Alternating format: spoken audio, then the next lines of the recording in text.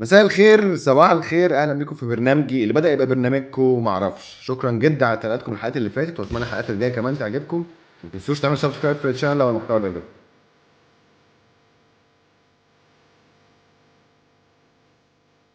النهارده حلقتنا من ضرب الخيال، حاجه كده كوليكشن ما فيهاش اي حاجه عاديه. حلقه مليانه غرايب وطرايف، حلقه سخنه كده، اكشن واغراء وضحك ومايكات في نص الشاشه. حلقه عن اكتر حاجه ممكن تضحك عليها مش منها. اظن بدات تلقطوا الحلقه عن ايه دلوقتي. سيداتي سادتي، انها افلام المقاولات.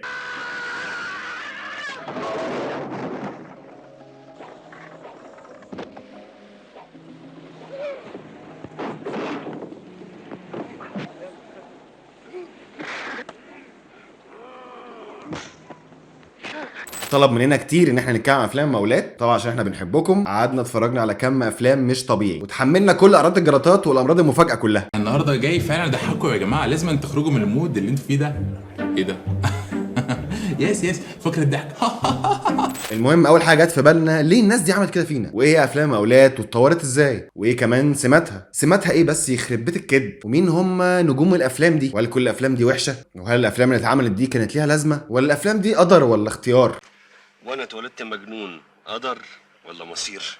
طيب، لازم نعرف في الاول ايه هو فيلم المقاولات، والمصطلح ده بدأ منين. افلام المقاولات دي افلام مستواها زفت قوي، والتمثيل والاخراج على قد خالص. مفهوم ايه؟ انت هتتفلسف لي من اولها؟ انت جاي المره دي بدري قوي كده ليه؟ هنبدا من اولها، انا مش ناقصه، كفايه اللي شفته في الافلام دي. طيب، لو القصه بالجوده، مبدئيا كده السينما في الاساس صناعه ترفيهيه، ومفيش تحليل واضح لتطور السينما. السينما في منها درجات، كل سينما كبيره وعندها سوق سينمائي، لازم يبقى عندها افلام بي وسي كمان لو في، ده طبيعي. هوليوود وبوليوود نفس الكلام. والسينما المصريه في معظم تاريخها هي سينما تجاريه زيها زي الامريكان، يعني ما فيهاش سينما ارت قوي. الافلام المميزه فيها يا دوبك كده، يعني لو مقصود الافلام المقاولات هي بس مجرد انها افلام بي، فده كتير جدا في السينما المصريه كل العصور كمان. طيب، تعالوا نفكر في الموضوع مع بعض، يمكن نعرف ويمكن ما اعرفش. المصطلح ده اطلق وانتشر على افلام الثمانينات وفضل مستمر معانا لحد دلوقتي. طب ايه اللي حصل في الثمانينات؟ السؤال ده حلو. سينما المقاولات حصلت لاسباب كتير جوه الصناعه، واسباب ليها علاقه بالتكنولوجيا، واسباب اقتصاديه، واسباب خارج الصناعه اصلا. يعني الموضوع كبير جدا. طيب، اول حاجه الاقتصاد. اللي حصل يا سيدي ان العمله المصريه قلت كتير عن الدولار، وبكده اصبح بعد الانفتاح السوق الخارجي مهم جدا في الشغلانه، بالذات في التوقيت ده. مصريين كتير كانوا سافروا لدول البترول بعد 73. البترول سعره اتضاعف، والدول العربيه بقت جاذبه جدا للمصريين.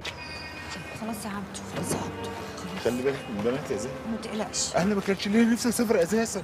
معلش يا عبدو، انت بس بتعمل في نفسك كده علشان انت ايه، خايف علينا. انت يلا يا عبد الطياره. اللي في نفس التوقيت ده كانت الدوله اخذت اتجاه الانفتاح في نص السبعينات، فما فيش شغل ولا فلوس جوه، وبقى في فلوس في الدول العربيه، يلا بينا بقى نسافر. وهناك المصريين كانوا بيتنشأوا على اي حاجه فيها ريحه مصر. التغيير الاجتماعي في نوعيه مشاهدين السينما اللي واكب صدمه الانفتاح اثر مش بس على السينما، لا، على كل حاجه. لان ولا منتج السبعينات والثمانينات هو المنتج اللي كان قبل كده. حتى جمهور الترسو اللي كان بيحب افلام فريد شوقي التجاريه اللي بيضرب فيها ويكسر الخمارات، بقى في جمهور جديد هو صاحب الثقافه السائده، اللي بقى هو اللي يملك القوه الشرائيه، وبقى عدده اكبر من زمان بكتير. ايام وحش الشاشه كان ده شريحه من الجمهور، بنعمل له افلام وبنعمل افلام تانية اكتر عشان تعجب باقي الجمهور، تعرض سينمات اكتر وانضف. لكن مع تغيير الذوق نتيجه الانفتاح زي ما قلنا وهجره المصريين، الموضوع اختلف قوي. وواكب ده حدث مهم سنه 79. قرر السعوديه بعد حادث الحرم المكي انها تقفل السينمات واماكن الترفيه، الوقت اللي حصل فيه تزايد كبير قوي في الطلب على الافلام المصريه. طيب، ايه بقى الحل؟ لان الفيديو في الوقت ده انتشر جدا. يعني اتفضل انزل وزع شرايط، وما تبيعش اقل من 5 نسخ لاي محل حتى لو كان خن في حاره، واللي مش عاجبه فكروا ان فيلم عادل امام نازل قريب.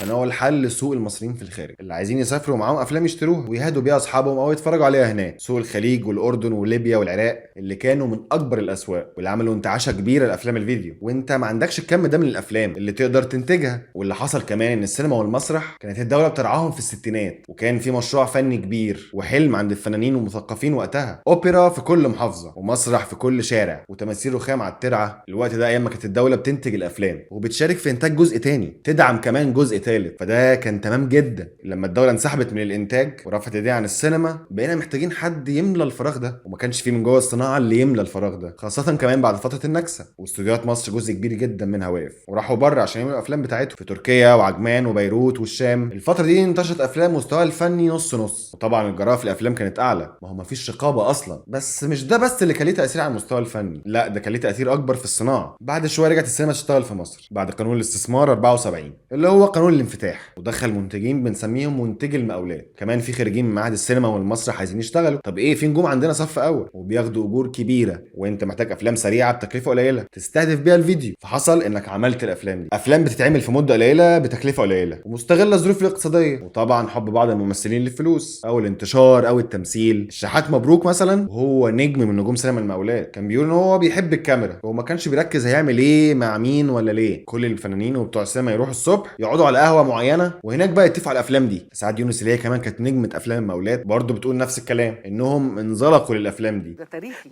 لا بحبها قوي. عشان كانت سريعه وجوها سهل وضحك، وما كانوش متصورين انها هتكون موجوده في التاريخ اصلا، لان معظم الافلام دي كانت متصوره للفيديو. بس الناقده ماجده خير الله بتقول ان السينما الحكوميه ابتدت تعرض الافلام دي في اوقات اللي السينما مش في احسن حالاتها، بطولات كوره او مواسم ميته ما فيهاش افلام، وفي السينمات الحكوميه رخيصه كده الافلام بدات تنزل دور العرض. ادي ده كل اللي اعرفه يا سيدي، ممكن يبقى في اجزاء تانية من القصه ما اعرفهاش. طب ليه بقى سموها مقاولات يعني؟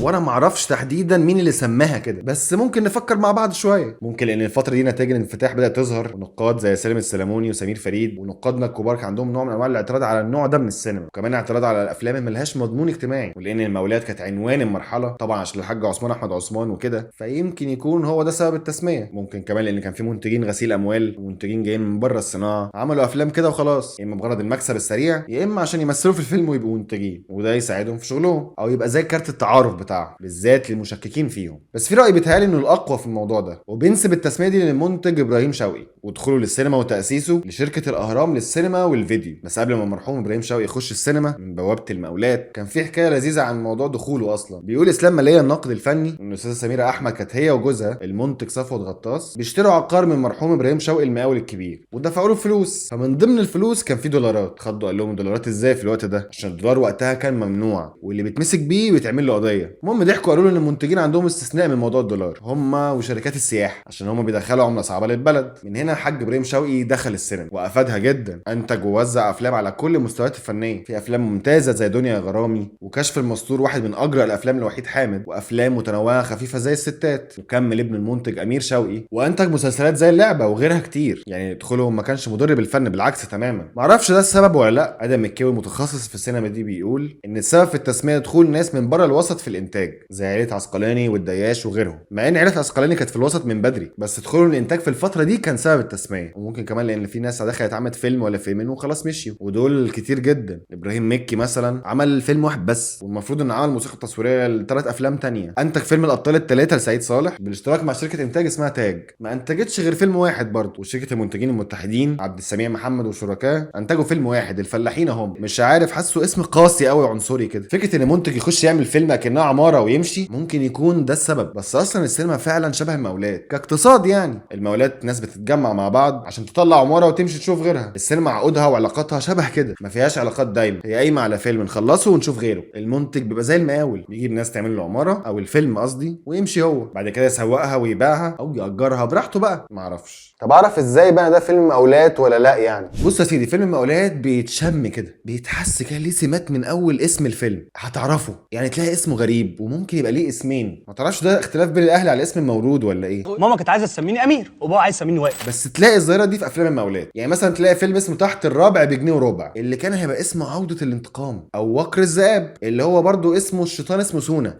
اختي كده ينفع وكده ينفع، يعني فاهم ماشيه. هتلاقي اسماء كمان غريبه قوي، الصعلوك والهوانم، سلم لي على سوسو. طيب يا سيدي حاضر اسلم لك عليه لما اشوفك. او خلي بالك من عزوز، لا مؤاخذه يا دعبس.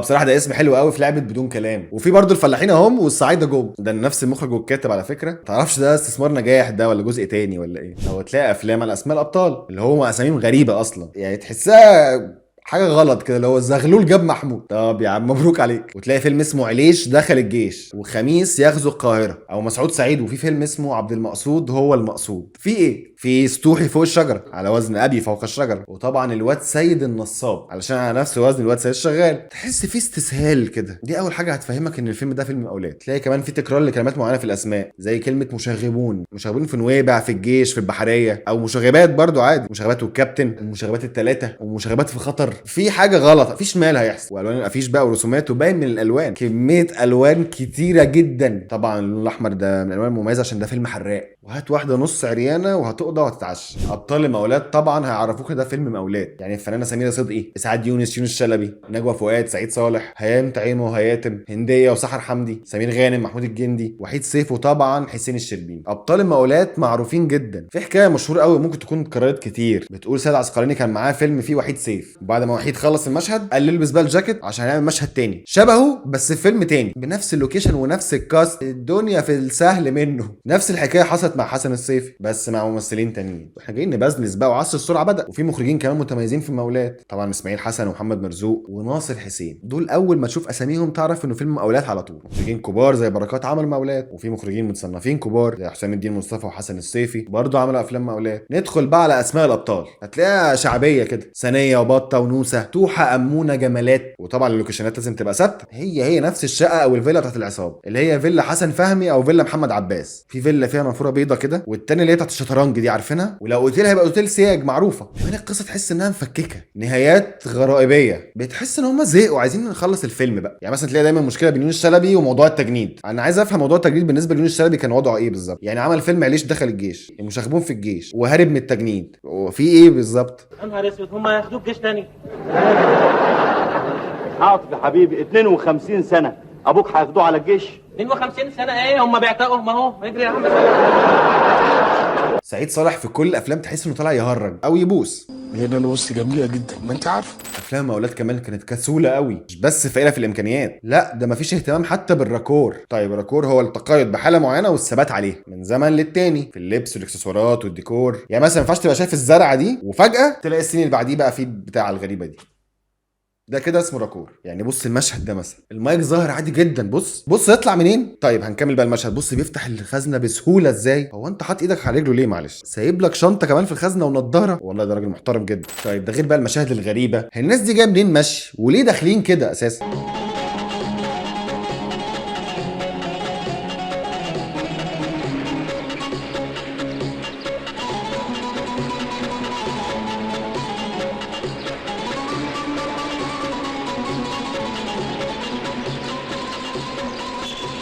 تحس ان هم موظفين اتقابلوا عند البصمه هناك. وبعدين طبعا محاولات احياء افلام اسماعيل ياسين، تحس ان الموضوع فيه خفه دم تشلك بعد الشر طبعا. وطبعا الكليشيهات المعروفه، واحد تخين قوي واحد قصير قوي، مش قصدي تنمر والله، بس ازاي الاثنين دول دخلوا التجنيد؟ شفت في معسكر الامن المركزي. وانت تعرفيه منين؟ هو تحقيق ولا تحقيق؟ شفت وانا بزور خطيبي وقال لي بلغك السلام وتبعت تطمنه على امه. امه عندي كانت امبارح قاعده مع اختها في البيت، ويا ريتها ما كانت جت. يا لهوي خير يا معلم. يا جماعه الاداء التمثيلي المقرف ده خلاص يقلبوا. ولا فيلم بقى المشاغبين في اجازه نص السنه، تخيل الفنان احمد عبد العزيز عامل شبح قرر يعمل دور الزعيم الاباصيري في مدرسه المشاغبين، وطبعا اجازه الدور والاندماج ما بيخلصوش عند الفنان احمد عبد العزيز. معلش مين الراجل اللي مع الفنان احمد عبد العزيز اللي لابس كيس مخده ده؟ انا حاسس ان انا اول مره اشوفه. انت الله بقول لك انت يا بني ادم مش انا، ما ترد يا كيمو. انا جاهز بس جاي تسالني، ما ترد يا سلام. انا تحت امرك يا قمر. انت تخرس خالص. الله مالك يا نجم في ايه؟ طبعا مقصود ان الفيلم بيكون ضعيف، يعني مفيش حتى ضحك مبني على موقف كوميدي واضح، كل واحد وبيجود يمكن تجيب ضحك وخلاص. حاجه شبه الفيديوهات اللي كنا بنعملها واحنا عيال لما بناخد مباريات قليله ونصور بعض بيها. طبعا كمان في افلام المقاولات تلاقي مشاهد اغراء وحب ودلع غريبه جدا. المفروض ان سعيد صالح ووحيد سيف محضرين وطالعين يسلموا محضر للفنان، فبيقابلوها على السلم لاول مره، فبيقعدوا يبوسوها عادي. في يا جماعه ما تهدوا شويه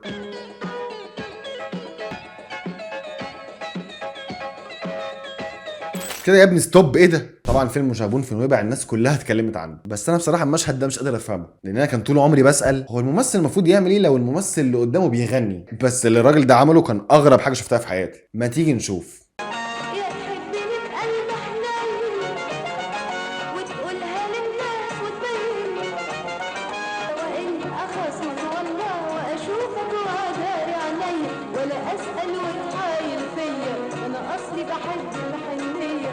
وفي كمان بقى غير ضعف الامكانيات زي ما قلنا من اول اسم الفيلم والحبكه والقصه، فيلم اولاد طبعا بيبقى فيلم كوكتيل. كمان بتلاقي خطوط في القصه مالهاش اي علاقه ببعض، تلاقي الشخصيات بتظهر وبتختفي ما تعرفش ازاي، هو احنا بنصور ونملى الوقت وخلاص. موضوع السيناريو ده مش مهم، سيبك منه، احنا نرتجل واللي بيجي في دماغنا بنصوره وخلاص. تلاقي تكرار لمشاهد هي في نفس اللوكيشن، يعني مثلا في فيلم مشاغبين في نويبع تلاقي جمال اسماعيل نص الفيلم ماسك النضاره المعظمه ويبص من البلكونه.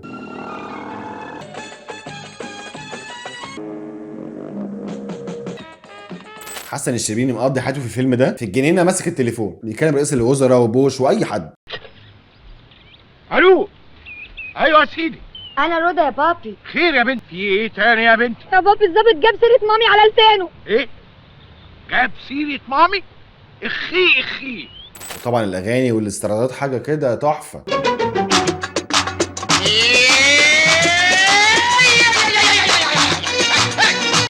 اسهر في الضلمه وانا خواف، ده لا يبقى عدل ولا انصاف، ده لا يبقى عدل ولا انصاف. الاستسهال زي ما قلنا في القصه موضوع تاني. فيلم المقاولات بيبقى عاده صياغه لافلام اتعملت قبل كده، بس بقى بنعيدها اوحش بكتير. التكرار المفروض بيعلم الشطار، معرفش بس مثلا تلاقي افلام الثلاثيات، اقصد اي 3 ابطال زي ما كان الافلام زمان، حسن يوسف ويوسف فخر الدين ومحمد عوض، بعد كده اتعمل بنور وسمير وعادل، او سعيد ونبدل ما بينهم اي 3. المهم نكمل الفيلم ويبقى مقاولات ونحط اي 3 موجودين. سعيد ويونس وسمير عملوا كده مع بعض حبه، بس لو في حد مش موجود عادي هنجيب وحيد سيف، وحيد مش موجود نجيب ابنه عادي.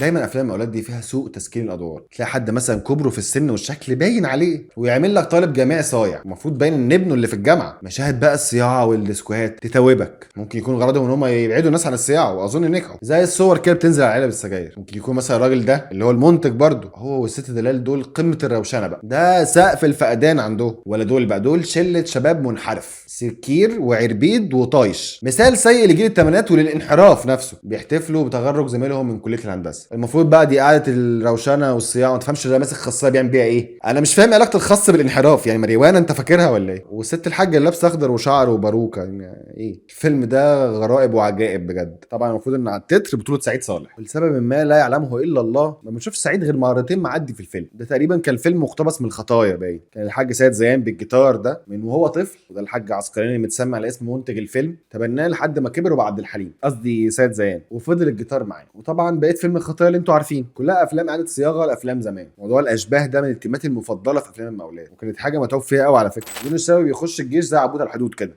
ابوه بيجيب له اخ في الوقت الضايع، وهو بيحب واحد من عنده في البلد، واحمد ادم بيكرش عليه، وكان جايب ساعه ما تفهمش هو فرحان بيها كده ليه، زي استك منه فيه بتاعت سعيد صالح كده. احمد ادم ابن العمده وخلاص الفيلم خلص، مش هيطلع هو تاني، عشان احنا قلنا قبل كده ما تسالش عن الخط الدرامي. المهم يا سيدي، في نفس الوقت بيموت راجل غني عنده ولد محطوط في مستشفى المجانين، وخالته ايمان خايفه على الورث بتاعه لا يروح، فسايباه هناك عشان تسرقه. يونس المجنون يونس المجند قرروا يهربوا من المستشفى والجيش في نفس اليوم ونفس الساعه، بتحصل عادي. لا ومش بس كده، دول هيركبوا نفس العربيه، وغريبه ان السواق عارف ان واحد هربان من الجيش وواحد من مستشفى المجانين، ومتقبل الفكره عادي جدا وما خدش باله من الشبه اساسا، بتحصل عادي. فبيقرر بقى المخرج ان تحصل حادثه ويموت فيها السواق ويونس المجنون. كده بالنسبه لهم يعني احداث مرتبه ومنطقيه وطبيعيه جدا، ده طبعا شيء مش هتشوفه غير في صناعه سينما المقاولات، لان عندهم عمق اكبر من انك تفهمه اصلا. يعني في رائعه الراحل ناصر حسين المشاغبون في نويبع، هم طالعين من الصعقه ومخلصين جيشهم عادي. سعيد صالح في الفيلم ده كان سنه 55 سنه ما خلصش الجيش، هو وسيف عبد الرحمن هم كده واقفين مش لاقيين حاجه توديهم مصر، تقريبا ما فيش وسيله مواصلات ما عدتش عليهم، يعني فاضل طياره مركب مكوك، لكن هم لسبب ما مش لاقيين. والحوار بيقولوا فيه كده، اصل المواصلات لازم تكون حاسسها، مش تركب اي حاجه وخلاص يعني. وهم تقريبا واقفين في صلاح سالم اساسا، طبعا ربنا سلم ونجى، ونلاقوا جمال معديه، هيعملوا ايه؟ هيسالهم الراجل رايحين فين، فيقولوا له مصر، فالراجل يرد عليه ويقول لهم ياه ده مشوار بعيد قوي وصعب. المهم يعني مش طول عليكم، هو خدهم عداهم الشارع الناحيه الثانيه، وفي عسكري بدون ما كانش عارف يعمل ايه. المشاغبين في نويبع هو فعلا من الافلام المتعوب عليها في كل مشهد،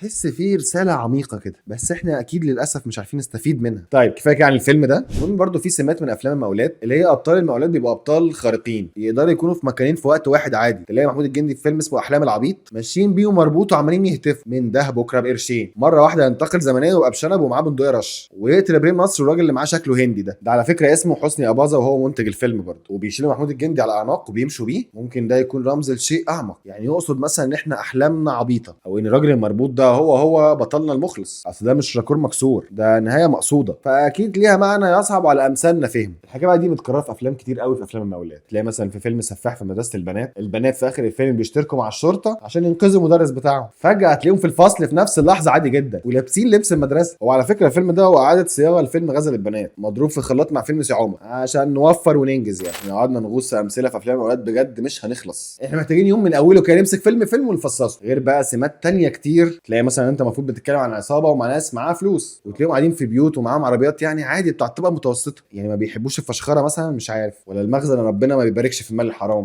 طيب في قصتين كده بيلخصوا موضوع الاستسهال ده، وللاسف البطل بتاعهم هو احمد ادم. القصه الاولى بيحكيها ايمن الزرقاني على اسوأ فيلم مقاولات من وجهه نظره، وهو فيلم اسمه لا مؤاخذه دابس. بيقول ان الفيلم ده المفروض ان هو بطوله احمد ادم ووفاء عامر ومظهر ابو النجم، والفيلم بيتصور في التسعينات عادي، فيلم مقاولات تقليدي جدا، احمد ادم معاه شنطه والبوليس بيقبض عليه. المهم بقى في الحقيقه المنتج بيتقبض عليه لاسباب مش معروفه، فبيقضي عقوبته في السجن، ولما بيطلع يبقى احمد ادم بقى مشهور، ووفاء عامر بتعمل ادوار فيها بطوله بعد فيلم الواد محروس بتاع الوزير، فبيقرر انه يكمل الفيلم، بس ما بيقدرش يقنع احمد ادم انه يكمل الفيلم معاه، بس كان عنده اصرار رهيب وقال ان هو هيكمل الفيلم، وراح لمظهر ابو النجم وخلاه يكمل الفيلم معاه فعلا، فخد الخط الفرعي اللي هو في الفيلم بتاع مظهر ومراته وكمله. ومش مهم بقى الجزء الاول بتاع احمد ادم، فانت بتشوف الفيلم على نصين، نص فيه احمد ادم ونص ما فيهوش احمد ادم، حاجه في منتهى العبثيه يعني. القصه الثانيه بتحكي دي على لسان المنتج نفسه بتاع الفيلم الكابتن شريف عبد المنعم، بيقول لك انه كان بيعمل فيلم وكان معاهم احمد ادم عادي، والفيلم كان اكشن من بتوعه، وبعد ما الفيلم خلص لقى احمد ادم نجح في افلام تانية زي فيلم ولا في النية بقى، فخدوا الفيلم بتاعهم وفكوه وركبوه من جديد، وحط مشاهد كتير لاحمد ادم في الاول، وغير اسم الفيلم وخلاه تحت الرابع بجنيه وربع، وحط اسم احمد ادم على الافيش مع الابطال.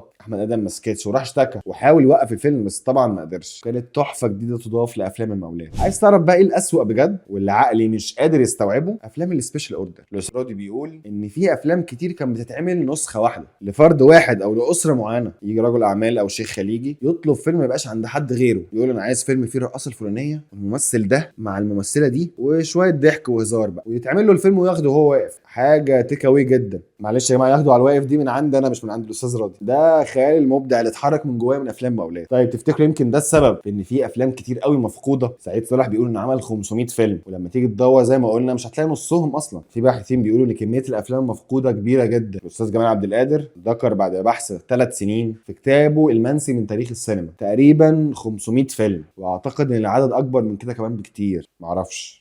اما بقى الاكشن فحدث ولا حرج، مشاهد الاكشن مش هتلاقي زيها في اي حته، ولا امريكاني بقى ولا هندي ولا حتى كرتون، الاكشن فعلا في حته تانية. قولي بقى الاكشن كان ماله، عشان مش فاهم الاكشن كان علاقته ايه بالفتره دي، الناس كان ناقصها ضرب يعني ولا الاكشن كان ايه؟ اصل الاكشن قبل الساعه كان ضحك الصراحه. حلو السؤال ده، معرفش، بس يمكن زي ما قلت قبل كده هجره الناس وسفر بره والانفتاح ودخول الافلام الامريكاني والهندي لسوق الفيديو في مصر وطبعا الخليج، وظهور افلام زي فان دام والاكشن الامريكاني كان لازم يخلي المنتجين المصريين هم كمان يعملوا زيه، لانه بقى مطلوب عندنا جدا. يعني عادل امام وسعيد صالح واحمد زكي، كل الفنانين الكبار كان لازم يعملوا افلام اكشن هم كمان. يا راجل ده علي الحجار عمل اكشن،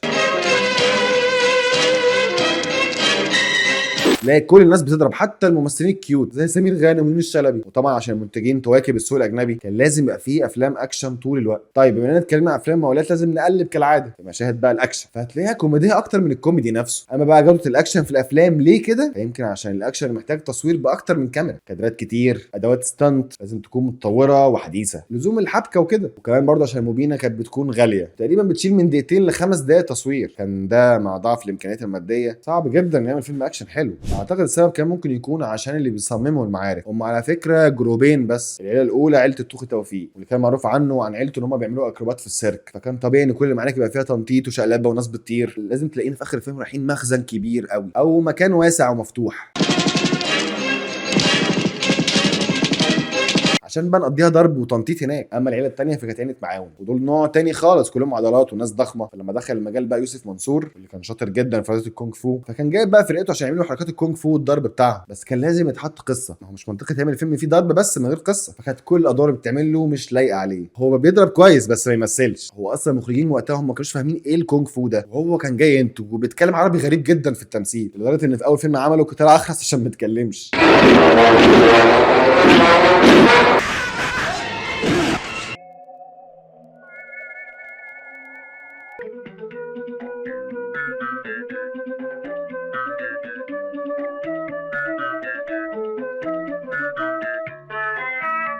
فكان طبيعي ان دي تبقى النتيجه. نروح بقى لفيلم تاني عظيم جدا وهادف، الفيلم اسمه لا للعنف، وده اول مشهد في الفيلم. يا جماعه انا مش قادر افهم صح ايه علاقته بالاسم. ايه ده في عيل صغير عنف يا باشا؟ لا، وايه اللي حضرتك لابسه في دماغك ده؟ يعني ده مكانه مش هنا. ولا بقى فيلم وكر الذئاب، حاجه كده فخر الصناعه المقاولاتيه. الفيلم من اول لحظه غريب، نجوى فؤاد عندها عصابه جيش بتعلف فيهم طول الوقت، الاسباب غيبيه في كل حته في الفيلا، بيلعبوا كونغ فو كاراتيه وبيضربوا بعض. المهم بقى بتاخد بعضها وتروح تطارد حد لوحدها، وبتنزل تولع في شويه ورق. المفروض كان هي بتولع في العربيه يا جماعه، بس احنا مش لاقيين عشان نولع في عربيه اصلا.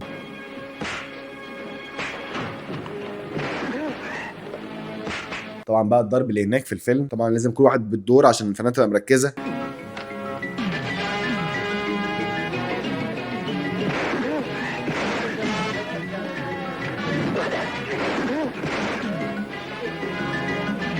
يا جماعه ده انتوا كده روشين يعني وعصابه. طب يا جماعه هنا النجم المفروض انه بيستلم بوكيه ورد، المفروض انه مفخخ، يعني بوكيه ورد ومفخخ دي غريبه جدا. المهم ان هو بيشك ان في قنبله باستخدام خبرته وفطنته، فبيرميها من باب اوضه نومه فتنفجر في الشارع. ولا بقى مشاهد التعذيب حاجه كده بجد جسمك يقشعر منها.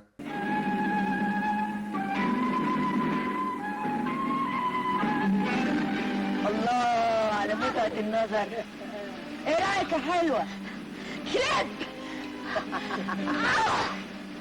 انا عايزه قلبك يبقى ميت، فاهمني؟ اعور. مور يا معلمه. انقلها لي على اوضه الكهرباء. عينيا يا معلمه. انا عايز اقول لحضرتك ان الفنانه راحت تلعب في دريم بارك مش تتبسط كده. مش هنا العصابه بيتغدوا ولا بيلفوا ورق عنب ولا بيجهزوا البضاعه، هو مشهد غريب قوي. طيب والافلام بقى شريف عبد المنعم نجم الاهلي ونجم السينما ونجم الداخليه، الراجل ده عمل كميه ادوار طلع فيها تقريبا في كل رتب في الشرطه. هو نفسه كان بيقول الناس بتقول له انت خريج شرطه صح؟ فتحتيها ليه؟ الراجل ده كمان عمل فيلم مهم قوي وهو فيلم جاد فاذر المصري، امبراطوريه الشر. انا مش هجيب لك ضرب النار والكلام ده، بس هسيب لكم حاجه تنفع قفله للكلام بقوله لكم. ايها الساده الى اللقاء في جهنم. طبعا ما افلام المقاولات كانت مكمله معانا لحد دلوقتي زي الافلام بتاعت السبكي وكده. طبعا افلام المقاولات هتفضل موجوده، بس انت ليه معتبر ان افلام السبكي مقاولات؟ ايوه افلام شبه اللي بتقول عليها فوق، افلام ما فيهاش قصه وفي الخفيف منه بنات وبوس واغاني وشقلب وقلب.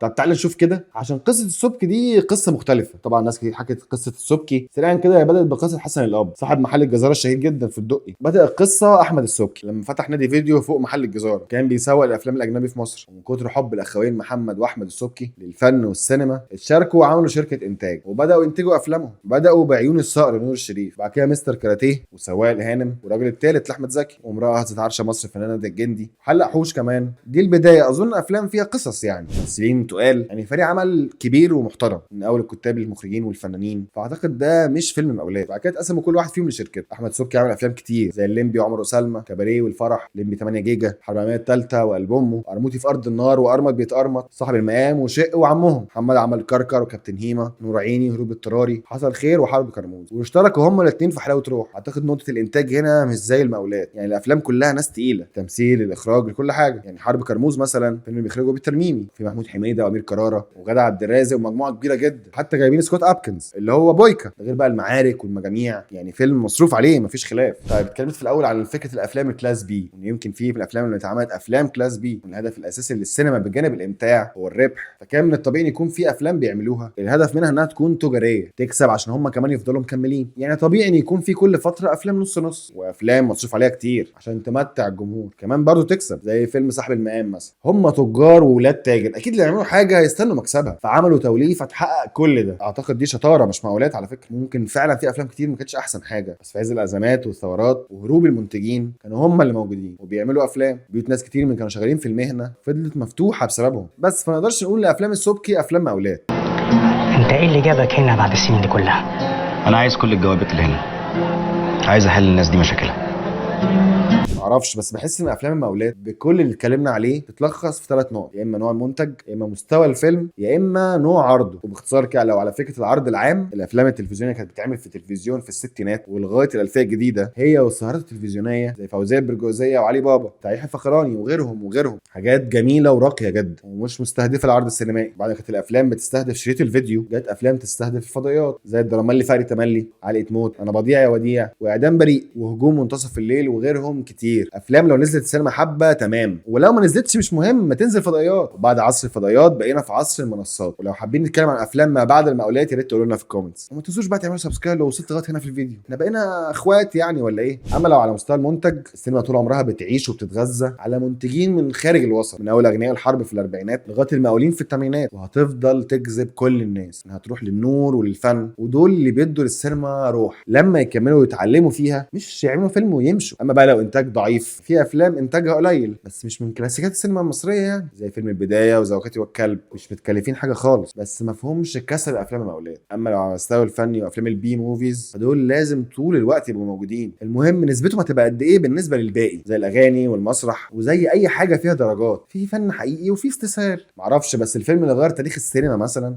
ونهى موجه المقاولات في التسعينات ممكن يكون مقاولات، او على الاقل هو بي موفي، فيلم اسماعيليه رايح جاي، وده فيلم غير السينما طبعا. الفيلم ده ليه حكاوي كتير بس اهمها ان الفيلم ده فكره محمد فؤاد وفي جزء كبير جدا من قصه حياته. منتج الفيلم حسن ابراهيم انتج فيلم اسماعيليه وفيلم تاني، بعد كده تم اتهامه بالاختلاس هو وشركاته، واتهموهم بغسيل الاموال في السينما عشان غسلوا مليون جنيه انتجوا بيهم الفيلم، واتحكم عليه بالسجن 3 سنين. على فكره الراجل ده هو الراجل الطيب اخو محمد فؤاد في الفيلم. المهم بقى الفيلم ده اتوقف واتفشكل وتعطل لمده 4 شهور، بس محمد حسن رمزي دخل وسند الفيلم وقال يكمله عشان نلم الدنيا ونعمل منه نسختين 3 نجيب منه مصاريف الفيلم وينزل الفيلم فيديو بعد كده وخلاص. على فكره هنيدي ما كانش عايز يكمل، ولا هو ولا خالد النبوي، كانوا شايفين ان الفيلم هيعطلهم جدا، بالذات بعد ما هنيدي عمل بطوله مشتركه في فيلم حلق حوش ودور هو الافضل ليه مع مصطفى قمر واحمد زكي في فيلم البطل. محمد رمزي اقترح عليهم يعملوا اغنيه خفيفه كده عشان الدنيا تمشي ونسوق للفيلم. الفيلم كده كده يعني ماشي بالحب، لدرجه ان مشهد المذاكره ده فاكر ايام اسماعيليه يا هيما؟